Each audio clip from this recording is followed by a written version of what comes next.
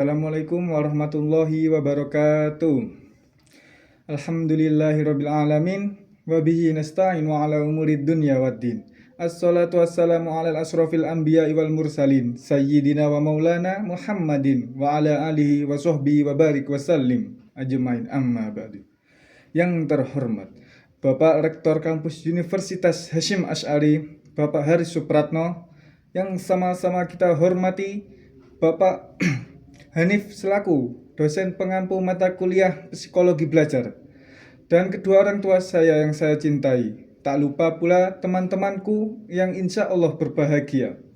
Saya Ahmad Mahatma Gandhi dari kelas PAI 1B ingin mempresentasikan peta imajinasi yang berjudul makna dan teori belajar. Sebelum lanjut ke pembahasan, izinkan saya menyampaikan pantun. Satu-satu sayang ibu, dua-dua ayah juga disayang. Masa lalu biarlah berlalu, tetapi jangan lupa dikenang. Ya, lanjut ke pembahasan. Di sini terdapat yang pertama ada makna belajar. Yang kedua ada menurut para ahli atau tokoh-tokoh. Dan di sini terdapat ada 4 teori. Yang pertama teori koneksionisme, yang kedua ada teori pembiasaan klasikal, yang ketiga ada teori pembiasaan perilaku respon, yang terakhir ada teori pendekatan. Yang pertama yakni makna belajar. Makna belajar memiliki peran yang sangat penting dalam kehidupan manusia. Manusia dilahirkan sebagai makhluk lemah yang tidak mampu berbuat apa-apa serta tidak mengetahui apa-apa. Kita terlahir jelas tidak langsung untuk bisa mengetahui apa itu ilmu. Kita harus belajar terlebih dahulu. Lanjut ke menurut para ahli atau tokoh. Yang pertama ada Sardiman.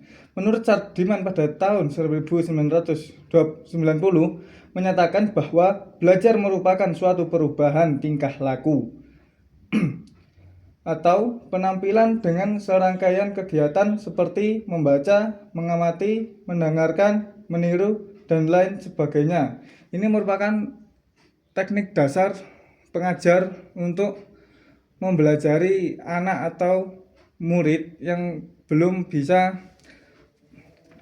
melakukan apa-apa. Yang kedua menurut Barlow pada tahun 1985 dalam bukunya Education Psychology The Teaching Learning Process dalam Shah 1996 menyatakan bahwa belajar a process of progressive behavior adaptation. Belajar adalah proses adaptasi atau penyelesaian tingkah laku yang berlangsung secara progresif.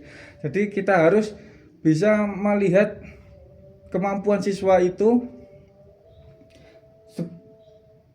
bagaimana dan cara beradaptasi mereka itu seperti apa. Kita sebagai pengajar itu harus memberikan yang terbaik untuk peserta didik kita.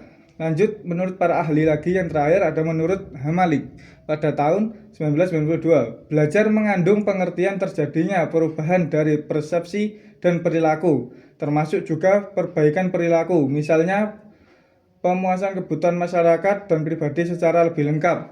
Ini untuk menunjang kita atau peserta didik supaya belajar itu lebih giat lagi, lebih bersemangat untuk mencari ilmu. Lanjut ke teori. Di sini ada 4 teori. Yang pertama ada teori koneksionisme. Teori koneksionisme adalah sebuah teori belajar yang dikembangkan oleh Edward Lee Thorndike dan merupakan salah satu teori paling awal dalam rumpunan aliran behaviorisme atau aliran tingkah laku manusia. Yang kedua ada teori pembiasaan klasikal. Teori ini menjelaskan bahwa belajar terjadi melalui proses asosiasi, pengaitan antara dua rangsangan stimulus. Yang ketiga ada teori pembiasaan. Teori pembiasaan perilaku respon. Teori ini adalah proses belajar di mana kemungkinan sesuatu perilaku diulang atau dihentikan oleh konsekuensi yang mengikuti perilaku tersebut. Jadi kita harus melihat perilaku itu apakah dengan pengajaran seperti yang kita ajarkan itu cocok. Kalau sekiranya tidak, bisa diberhentikan dan pindah teori yang lain.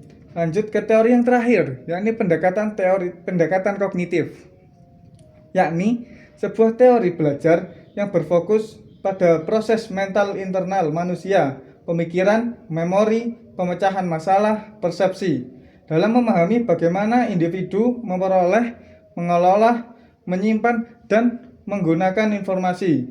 Jadi, selain kita belajar hanya untuk bisa mencari ilmu, kita harus bisa memperoleh, mengolah apa yang kita dapat itu dan menyimpan di otak dan di hati, serta menggunakan informasi tersebut ketika kelak ada yang membutuhkan, kita bisa membantu. Sekian presentasi saya dari materi makna dan teori belajar ini. Mohon maaf apabila ada yang kurang. Suminten keleleken timbo, cekap semanten, matur kawula. Wassalamualaikum warahmatullahi wabarakatuh.